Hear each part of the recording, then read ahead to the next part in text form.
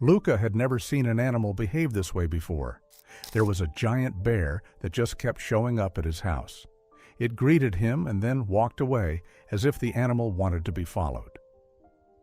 Luca had never paid this any mind, but one day he decided to indulge his curiosity, and he was shocked by what he found. Luca had grown up in the city, and the move to the deep woods of rural America was quite the culture shock, but he adjusted and came to love the quieter pace of life. One thing he found hard to adjust to was wildlife. Luca had grown up in New York City, where bears were what you called sports teams, or cuddly teddy bears. But he knew they could be great, big, scary predators, so he treated them with caution and respect, and make sure his wife and children did exactly the same thing. His kids may have gone to bed at night with cuddly teddy bears, but Luca knew they were nothing like the grizzlies and black bears that lived in the woods. But this was a new beginning for Luca and his family, who had moved into a new house by the woods. Luca loved nature, and he wanted his children to be exposed to it as much as possible. He was pleased about his new home, although Luca was very aware that nature could be cute bunny rabbits and deer nibbling grass. It could also be big, scary predators like bears. That viewed humans as just another thing to be eaten and not able to run away as fast as rabbits and deer. But soon after settling in, nature started to get a little too close to Luca and his family. Very close indeed, right about to his big patio glass door. Luca's wife, Andrea, wasn't as enthusiastic about the move, but after much discussion, he managed to convince her. The first 2 days at the new house were great. The family went on long walks, and the children had a great time running around. Everything was going so well that Luca was convinced he had made the right decision. Andrea and Luca both had jobs that could be done remotely, so long as the Wi-Fi held up, meaning that their 2-bedroom apartment in the city comfortably equaled a 2-story home, with land, 4 bedrooms, and views to make your heart glad. Crime was almost unheard of in their quiet mountain hamlet, and even the local school was good. What was there to worry about? Bears, it turned out, were the thing to worry about. One day, he was woken up by his children and dragged downstairs so he could see something amazing. What could it be? He had never seen his children so excited, not even when he had taken them to see the final game of the baseball season at Yankee Stadium. And there it was, sitting, gazing at Luca and his children through the patio door. A very big bear. Luca had never seen a real bear before, so he didn't know if it was a very big bear or even if it was a black bear or a grizzly bear. For all Luca knew, it could have been a panda bear or a polar bear. He just thanked God that he had worked so hard to teach his kids to be bear-aware. So they brought him to see this amazing sight, and they haven't let the bear in. Luca was also glad that his wife was away for the weekend seeing her parents, as if she saw a bear staring at her through her patio window and sitting on her wooden decking. She would have piled the children into her car and driven straight back to New York City. Luca had been warned by his neighbors that sometimes bears approached houses because they smelled food or wanted to rummage through the trash. It's worth noting, by the way, that Luca's home was mostly made of glass, but the architects knew the area well, so the glass was fully reinforced. There was no chance a bear could get in, and he explained this to his children. They didn't mind, seeing that the bear was the most exciting thing that had ever happened to them. He also tried to remember if he had securely tied his garbage bags up the night before when he put out the trash, and if he had securely screwed the lids down on the garbage cans. It was too late now, because there was a bear right there on his patio. In fact, this was the perfect opportunity to see a bear up close and personal without any risk. When they got closer to observe the bear, the animal seemed to greet them. It waved a paw at Luca as if it were just being very friendly indeed. His children, Alice and Ben, gasped in amazement and begged to open the door, hug it, and feed it. The 2 children saw a friendly, furry bear waving at them. But Luca couldn't take his eyes off the claws on the paw, waving at them. They looked as large as big steak knives. "Please, Daddy, can we feed him?" cried Ben. "We can give him honey or marmalade sandwiches. Paddington loves them," added Alice. But the bear kept waving at them and seemingly gently beckoning them towards it with its giant paws. It was as if the bear was beckoning them to get closer, and they did. But when they took a couple of steps forward, the bear suddenly jumped up and headed for the forest. When the bear got a bit into the woods, it turned to stare at them. It was as if it wanted to be followed. Luca hugged his 2 children tightly and said to them, "You are not following that bear," and decided to himself that either child was going to play outside until he worked out what to do. Should he call the park rangers at the local national park, or should he call the police? Had the bear even broken the law? Was Luca trespassing in the bear's forest? But most of all, Luca was surprised by the animal's strange behavior. He tried to forget about it, but it stayed with him. The next time they spotted the bear was when Andrea, Luca's wife, came downstairs in the morning for a glass of warm milk. She was startled when she saw it. Luca had mentioned the bear when she returned from seeing her parents. She hadn't paid much attention to what Luca said, and Luca had not told her twice. So as not to scare her, I hoped the bear had just wandered off. Luca and the children had told her about seeing one, but she thought they were joking, and Luca was happy with that. Now she knew it was true, and she was furious with Luca. How could they stay in that house knowing a bear was coming over?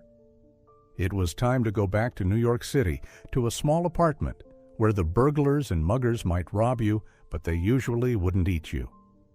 Luca smiled and tried to convince Andrea that the bear had only visited twice.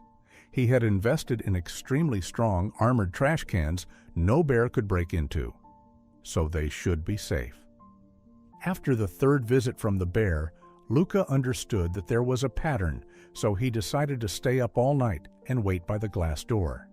He fixed himself a pot of strong coffee, then sat by the patio door, on the sofa, wrapped in a blanket. The next morning, the bear showed up again and did the same thing as before. It was clear that the bear wanted to be followed. But why?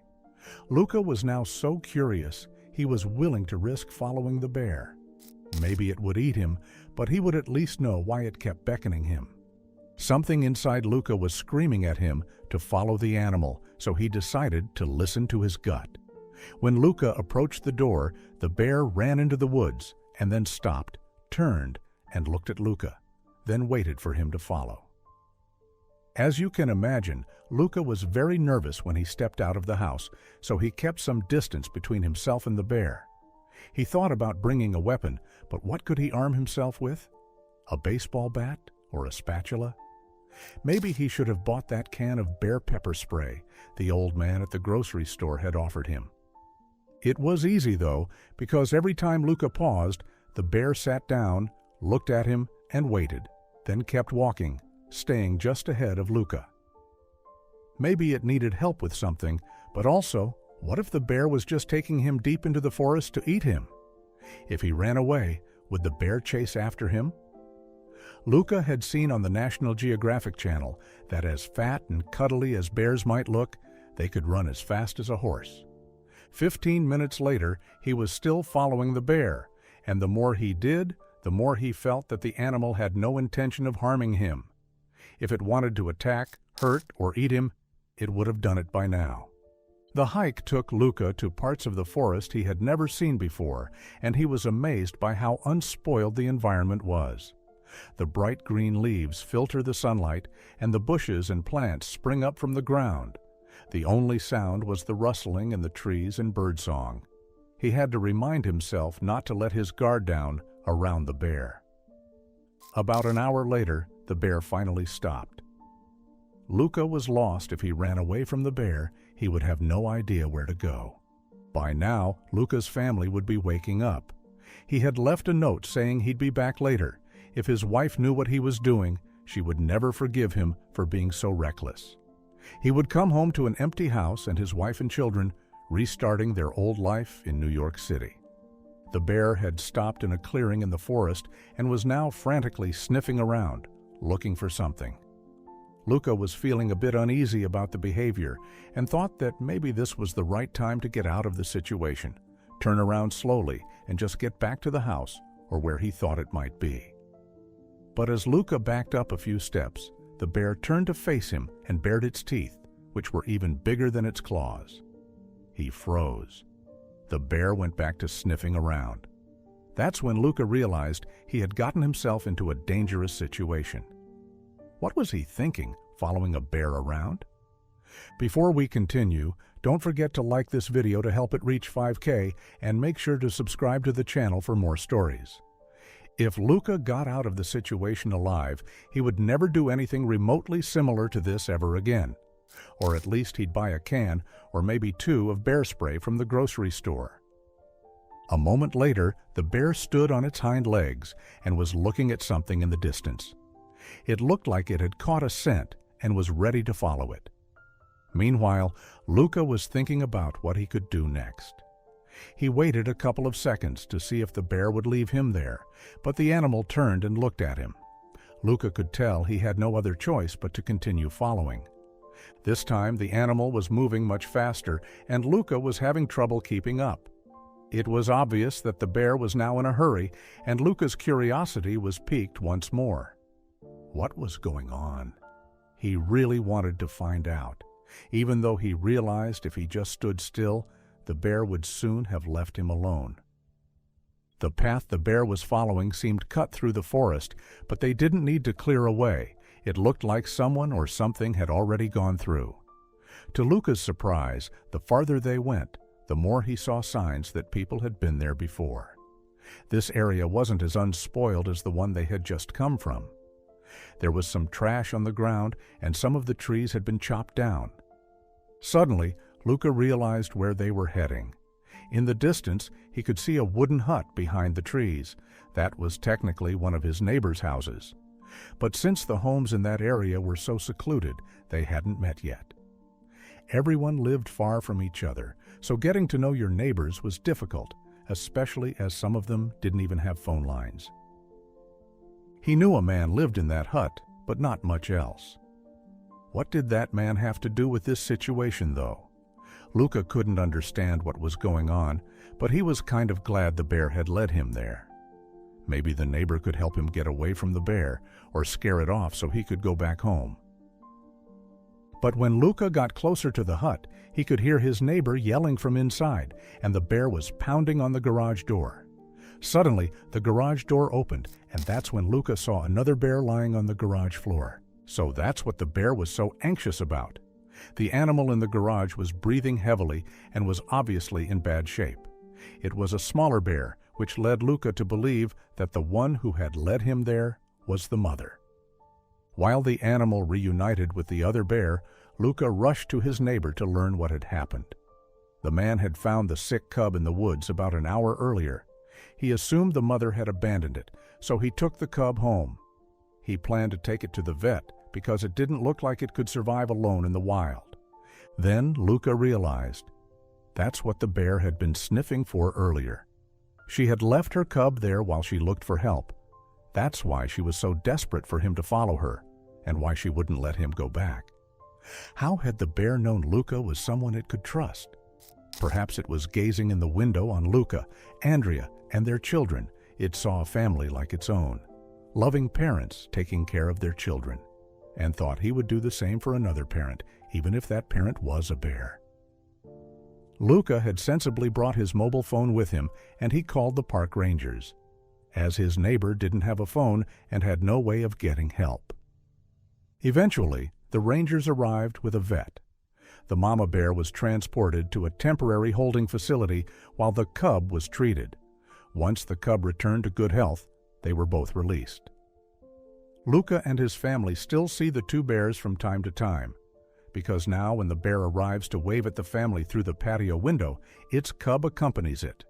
Andrea has learned to love the bears and enjoy watching them with her children, even if both she and Luca ensure the door is firmly locked and neither of their children try to feed them. The last time they saw them, the bears looked healthy and well. Mama Bear eventually stopped coming to Luca's home to greet him, which is great for everyone. He was glad he could help her out, but he was also glad it was over. What do you think of today's story? It's always amazing when animals, especially wild animals, seek humans for help. Don't forget to like this video, share it, and make sure to subscribe to the channel. See you next time.